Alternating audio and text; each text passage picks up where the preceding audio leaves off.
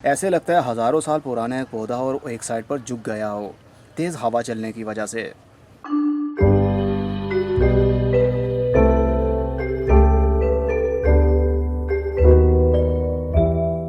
अस्सलाम वालेकुम मेरे दोस्तों, सजनों और बेलियों। मैं हूं इज़हार अहमद और वेलकम करता हूं आपको किचन गार्डनिंग चैनल पर। और उम्मीद भी रखता हूं कि आप सब लोग खैरियत से होंगे, फिटफाट होंगे, अच्छे से कामों में खूब अच्छे से बिज़ी होंगे। बहुत ही एक कॉमन सी प्रॉब्लम पाई जाती है एडेनियम के प्लांट में। जब हमसे एक बार भी ओवर वाटरिंग हो जाए या बारिश के सीज़न में ओवर वाटरिंग होती है, पानी जमा रहता है गमले के अंदर, तो इसका कोडेक्स गलने लगता है, इसकी ब्रांचेस नरम पड़ने लगती हैं। तो टाइम पर अगर उसका ट्रीटमेंट ना किया जाए तो प्रॉब्लम हो सकती है, आपका पूरा पौधा ही गल सकता है और ख़त्म हो जाएगा। कोडेक्स का बहुत ही ख्याल रखना पड़ता है हमको कि ओवर वाटरिंग बिल्कुल ही ना हो और ज़्यादातर पानी ना दिया जाए। अगर पानी एक मरतबा ओवर वाटरिंग होती है तो प्रॉब्लम भी होती है साथ में। तो मेरे पौधे के साथ अभी फ़िलहाल के लिए तो कोई प्रॉब्लम नहीं चल रही है, लेकिन मैं आपको बताना चाहता हूँ जब कोई प्रॉब्लम होती है तो क्या करना चाहिए। तो अहमद, तुम ये गमला उठा सकते हो? मिट्टी का गमला है ये, करीब 10 इंच का। उठा लोगे ना सही से? चलो अपने टेरेस के ऊपर उधर आराम से, गिराना देना।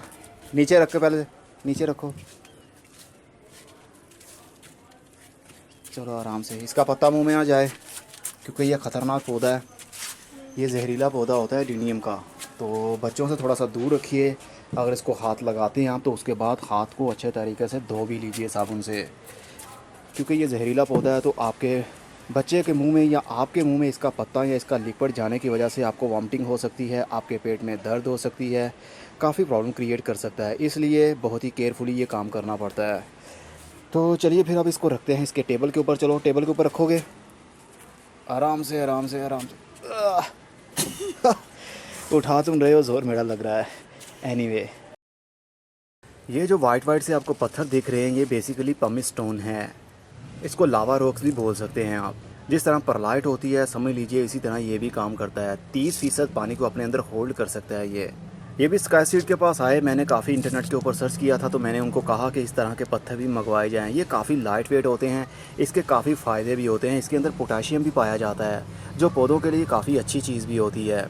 इसकी मल्चिंग करने का भी फ़ायदा होता है कि मॉइस्चर जल्दी मिट्टी का उड़ता नहीं है, मतलब जो जड़ी बूटियाँ उग जाती हैं उससे भी ये बचाता है। और गमले की खूबसूरती बढ़ाने के लिए भी हम इसको यूज़ कर सकते हैं। तो चलिए सबसे पहले इसके पत्थर को निकालते हैं और उसके बाद में इसका रूट बॉल पूरा ही बाहर निकालेंगे हम। ये पत्थर कभी भी एक्सपायर नहीं होते, बार बार आप इनको यूज़ कर सकते हैं। अगर मिट्टी के साथ ये गंदे भी हो जाते हैं तो पानी का शावर करने की वजह से या पानी से थोड़ा सा इसको धोने से ये बिल्कुल ही नीट एंड क्लीन हो जाते हैं। इसके अंदर जो आपको छोटे छोटे से होल्स दिख रहे हैं ये बेसिकली एयर पॉकेट्स होते हैं। हवा को भी ये अपने अंदर होल्ड कर सकते हैं और पानी को भी 30% तक होल्ड करते हैं। और पौधे की रूट्स को पोटेशियम भी यहीं से मिलता रहता है। इसको इसको कुछ ना करना, बस पत्थर को निकालो।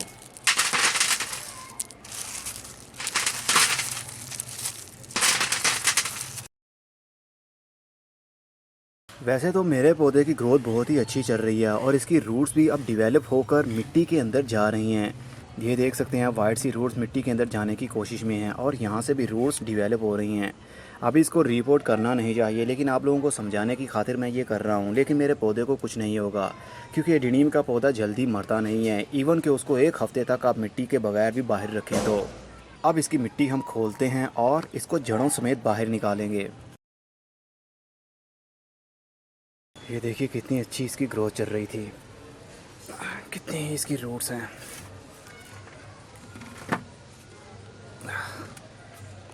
साइड से मिट्टी उतार। मिट्टी साइड से। नहीं नहीं, कुछ नहीं करना अभी तुमने। ये गमले को उठाओ। खाना खुद ही बड़ा भारी है। ओके, अब बहुत केयरफुली हम इसका रूट बॉल खोलेंगे, मतलब मिट्टी को उतार लेंगे। एडेनियम का प्लांट हमेशा याद रखिए ओवर वाटरिंग करने की वजह से ही गलता है और मरता है। अगर इसको बहुत ही कम पानी दे, इवन कि इसकी कंप्लीट मिट्टी ड्राई भी हो जाए तो भी इसको कोई प्रॉब्लम नहीं होती। हमेशा मरेगा तो ओवर वाटरिंग की वजह से मरेगा या बहुत ज़्यादा खाद यूज़ करने की वजह से। काफ़ी इसकी रूट्स टूट भी रही हैं जो फ्यूचर में टैब रूट बन जाती है। जिस तरह ये मोटी मोटी सी रूट्स आपको दिख रही हैं, इससे लुक काफ़ी ओल्ड दिखता है, लेकिन कोई बात नहीं, आप लोगों को बताना भी तो है। ये देखिए कितना खूबसूरत सा जाल है इसका, एक रियल में बॉन्साई ही दिख रहा है ये। अब फॉर एग्ज़ाम्पल अगर ये यहाँ से गल रहा हो, जिस तरह ये एरिया आपको दिखाता हूँ, जिस तरह ये एरिया है या फिर ये एरिया है, फ़िलहाल ये गल नहीं रहा है, बिल्कुल ठीक है। अगर ऐसा ही गल रहा हो वो एरिया दबाने से काफ़ी आपको नरम नरम सा फील होगा, इसका मतलब वो वहाँ से रोट हो रहा है, गल रहा है। तो उस एरिया को आपको काटना पड़ेगा किसी छुरी से या ब्लेड से। ये बहुत ही नरम होता है, आराम से ही छुरी से भी कट सकता है। लेकिन वो छुरी आप यूज़ नहीं करेंगे जो किचन में यूज़ करते हैं, क्योंकि इसका लिक्विड जहरीला होता है। तो जहाँ से वो घर रहा हो या रूट उसकी घर रही हो, उस रूट को, उस एरिया को आप ब्लेड की मदद से काट लेंगे। मैं काट के नहीं दिखाऊंगा आपको, क्योंकि मेरा पौधा किसी भी एरिया से गल नहीं रहा है। इसलिए जितना भी एरिया हो, फॉर एग्ज़ाम्पल हाफ़ एरिया उसका गल रहा है, हाफ़ ठीक है, तो आप उस हाफ़ वाले को कट कर देंगे। नहीं तो आहिस्ता आहिस्ता वही फंगस, वही जो गल रहा है, वो एरिया पूरे एरिया को ही कवर कर लेगा और आपका इस तरह पूरा प्लांट मर जाएगा।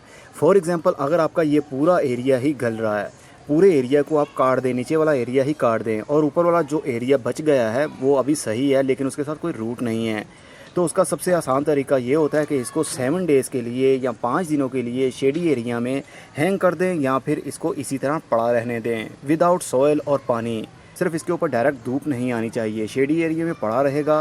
तो 5 दिनों के बाद या 6 दिनों के बाद या 4 दिनों के बाद कुछ उसकी लेयर इस तरह की ऊपर चढ़ जाएगी, मतलब जो गीली लेयर होगी वो ड्राई होने के बाद इस तरह की सूख जाएगी। उसके बाद हम इसको दोबारा से गमले के अंदर प्लांट कर सकेंगे और बहुत ज़्यादा मिट्टी के अंदर दबाएंगे नहीं।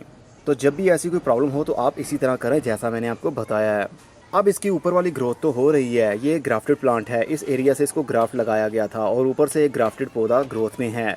अब इसकी ब्रांचेस भी हम काट देंगे, क्योंकि हमने इसको रेस्ट देना है, इसलिए कंप्लीट रेस्ट देने के लिए इसको ऊपर वाली ब्रांचेस भी इसकी काट देंगे। इस तरह पौधे की हेल्थ काफ़ी अच्छी हो जाएगी। अडीनियम की अगर कटिंग ना की जाए, इसकी ब्रांचेस को टाइम टू टाइम काटा ना जाए, तो ये काफ़ी लंबी हो जाती हैं और ढीली पड़ जाती हैं, नीचे वाली साइड पर गिरने लगती हैं, लटक जाती हैं, जो देखने पर अजीब लगता है। इसलिए पौधे को हमेशा हेल्दी रखने के लिए उसकी ब्रांचेस की प्रूनिंग भी करना पड़ती है, जिस तरह मैं कर रहा हूँ। इसकी ब्रांचेस की प्रूनिंग करने का टाइम गर्मी के दिनों में ही होता है, सर्दी के दिनों में भी आप कर सकते हैं, नो इशू। लेकिन गर्मी के दिनों में ये काफ़ी अच्छे से बर्दाश्त कर सकता है, इसके अंदर विल पावर मौजूद होती है, क्योंकि ये इसका ग्रोइंग सीज़न है।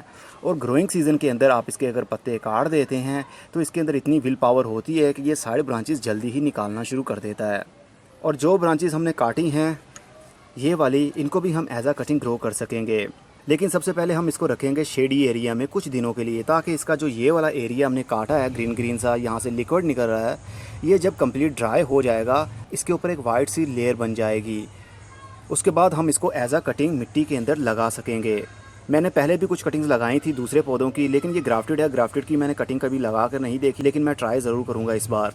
उसकी मैंने कटिंग लगाई थी, 5 या 6 दिन के लिए उनको मैंने शेडी एरिया में रखा, जिस तरह ये है, पत्ते भी नहीं काटे थे, इसी तरह मैंने शेडी एरिया में रख दिया और 6 दिन के बाद मैंने उनको लिया और मिट्टी के अंदर लगा दिया। कुछ की ग्रोथ शुरू होगी और कुछ की नहीं हुई, तो इनको भी मैं इसी तरह ग्रो करूँगा। और अब जो मदर प्लांट है हमारा, अब ये देखने पर काफ़ी अजीब सा लग रहा है, लेकिन मुझे यकीन मानिए ये बहुत ही खूबसूरत दिख रहा है। इसकी फ्यूचर ग्रोथ मेरी आंखों के सामने है, यहाँ से जगह जगह से इसकी नई नई शूट्स निकलेंगी, नई नई टहनियाँ निकलेंगी, तो आपका पौधा एक बुशी प्लांट बन जाएगा, जिसके ज़्यादा ब्रांचेज, जिसकी ज़्यादा पत्तियाँ और फ्लावरिंग भी ज़्यादा होगी। इसको बोलते हैं हार्ड प्रूनिंग कर देना, कि एक भी पत्ता पीछे ना छोड़ा जाए। लेकिन जनवरी और फरवरी के महीने में इसको इस तरह हार्ड प्रून नहीं करना चाहिए, क्योंकि वो दिन होते हैं इसकी फ्लावरिंग करने के। जनवरी और फरवरी के दिनों में इनको कलियां लगना शुरू हो जाती हैं और मार्च अप्रैल के महीने में वो खिल जाती हैं, इसलिए इन 2 महीनों में इनकी प्रूनिंग नहीं करनी चाहिए। तो अब तो जून का महीना है और 12 तारीख हो चुकी है, अब हम इसको हार्ड प्रूनिंग कर सकते हैं और इसको अब कुछ दिनों के लिए मैं बाहर रखूँगा और उसके बाद दोबारा से पोट करूँगा। लेकिन फ़िलहाल के लिए मेरे पौधे को ज़रूरत नहीं है कि इसको ड्राई किया जाए, क्योंकि मेरा पौधा कहीं से भी गल नहीं रहा। इसलिए अभी से मैं इसको ऐसे पॉट के अंदर लगाता हूँ जिसके अंदर ज़्यादा खूबसूरती दिखे इसकी। ये हैं वो 2 पौधे, मतलब 2 गमले ऐसे, जिनके अंदर मैंने काफ़ी सारी कटिंग लगाई थी। ये तो सर्वाइव नहीं कर पा रही आई थिंक, लेकिन एक अभी तक स्टैंड है, ये देखिए। और एक गमले के अंदर मैंने एक लगाई थी, इसकी ग्रोथ शुरू हो चुकी है। इसकी स्टेम ही आपको बता रही होगी कि इसकी रूटिंग जल्दी ही नीचे से शुरू होने वाली है। लेकिन जब भी आप कटिंग लगाएं तो उसको मॉइस्चर ज़्यादा नहीं मिलना चाहिए, सिर्फ़ और सिर्फ 2% ही मॉइस्चर इसकी मिट्टी के अंदर मौजूद होना चाहिए। हम दूसरे पौधों की कटिंग लगाते हैं तो 50% से ज़्यादा मॉइस्चर मिट्टी के अंदर रखते हैं, ताकि मॉइस्चर मिलने की वजह से कटिंग के अंदर जो मॉइस्चर है वो उड़ ना जाए। लेकिन इसकी कटिंग के अंदर खुद का काफ़ी हद तक पानी मौजूद होता है। तो अगर हम एक्स्ट्रा मिट्टी के अंदर भी पानी भर के रखेंगे तो ये रोट हो जाएगी, ये गल जाएगी।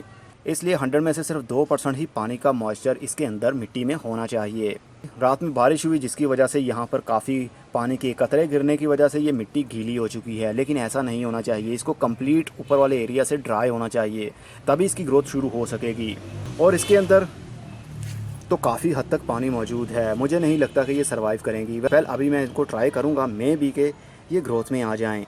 अब मैं इसको कंप्लीट बोनसाई की शेप देने के लिए, मतलब बोनसाई ही देखें हमारा एडेनियम प्लांट, उसके लिए मैं एक शैलो पॉट यूज़ कर रहा हूँ जिसकी डेप्थ करीब 2 इंच या 2.5 इंच होगी।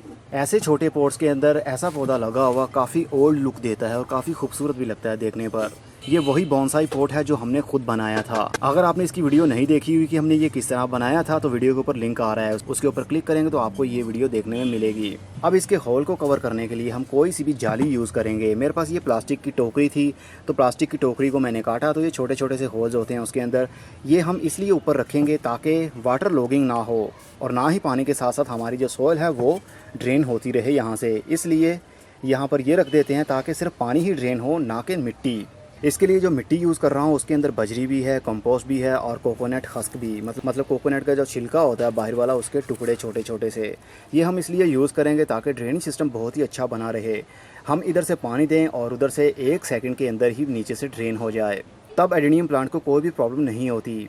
और बजरी वही नॉर्मल मार्बल चिप जो होती है, जो हमारे घरों में फ़र्श होते हैं उसके अंदर जो डालते हैं, ये वही मार्बल चिप्स है, बारीक वाली।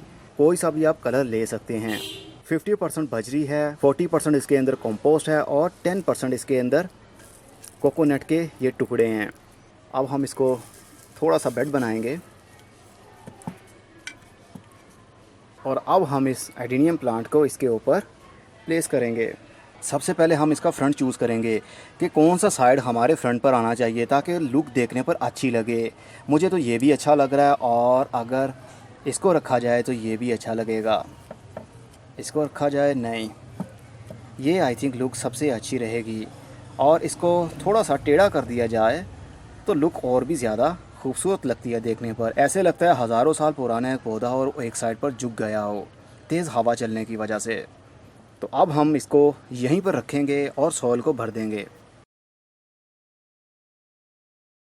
इस सॉइल को हम अच्छे तरीके से जड़ों के अंदर तक भर देंगे ताकि एयर पॉकेट्स बिल्कुल ही ख़त्म हो जाएं। अब ये देखने पर काफ़ी खूबसूरत लग रहा है। अब इसको ज़रूरत है पानी देने की। पानी का हम थ्रो नहीं करेंगे, बहुत ही प्यार से पानी देंगे।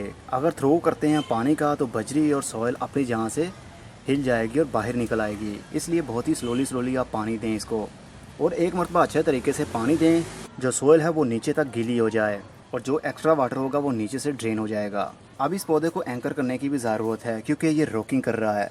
अगर तेज़ हवा चलती है तो ये नीचे गिर भी सकता है, इसलिए किसी रस्सी से इसको सपोर्ट देनी पड़ेगी, इसको एंकर करना पड़ेगा। थोड़ा सा हम टाइट कर देंगे, बांध देंगे।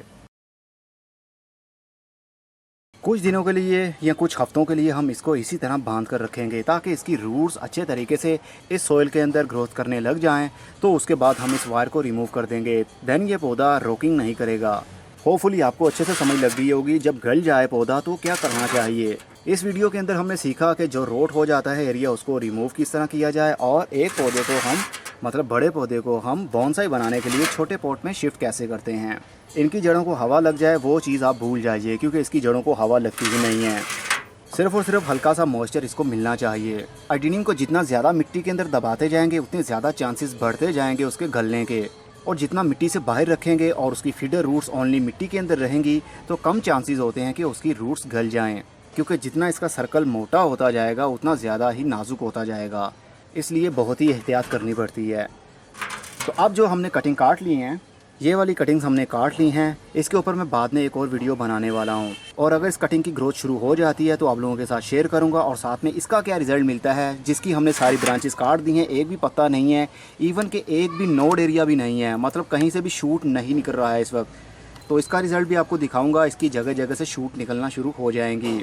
अब इसको मैं बड़े गमले के अंदर शिफ्ट नहीं करने वाला। अगर बड़े गमले के अंदर हम इसको शिफ्ट करते हैं तो ये बोनसाई की लुक नहीं देता जल्दी, लेकिन इसकी ग्रोथ बहुत ही अच्छी चलती है। बड़े गमले के अंदर ज़्यादा स्पेस के अंदर ग्रोथ अच्छी रहेगी। शैलो पॉट के अंदर कम स्पेस के अंदर आप लगा देंगे तो ग्रोथ 95% से भी ज़्यादा रुक जाती है बोनसाई की।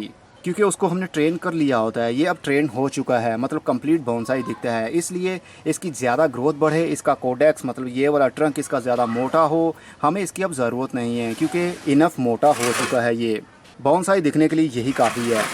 तो जब भी आप किसी पौधे को, ऐसा पौधा जो ऑलरेडी एक ओल्ड ट्री दिख रहा हो, उसको शैलो पॉट छोटी स्पेस के अंदर लगा देते हैं, तो उसकी ग्रोथ के ऊपर फोकस नहीं रखना आपने, क्योंकि उसकी ग्रोथ कंप्लीट रुकने के करीब में होती है, बहुत ही स्लो हो जाता है वो ग्रोथ में। तो अब ये कटिंग्स हैं मेरे पास 1 2 3 4 5 6 कटिंग्स हैं। अब देखेंगे 6 कटिंग्स में से कितनी कटिंग्स ग्रोथ करती हैं, लेकिन पहले तो मैं 4 या 5 या 6 दिन के लिए इसको रखूँगा शेडी एरिया में। जब ये वाला कटिंग एरिया अच्छे तरीके से ड्राई हो जाएगा, उसके बाद हम इसको एज अ कटिंग ग्रो करने की कोशिश करेंगे। अब इसके पार्ट 2 का आप वेट कीजिए। अब मैं चलता हूँ, खुदा हाफिज़, good bye, see you and tata, और अपना बहुत सा ख्याल रखिएगा।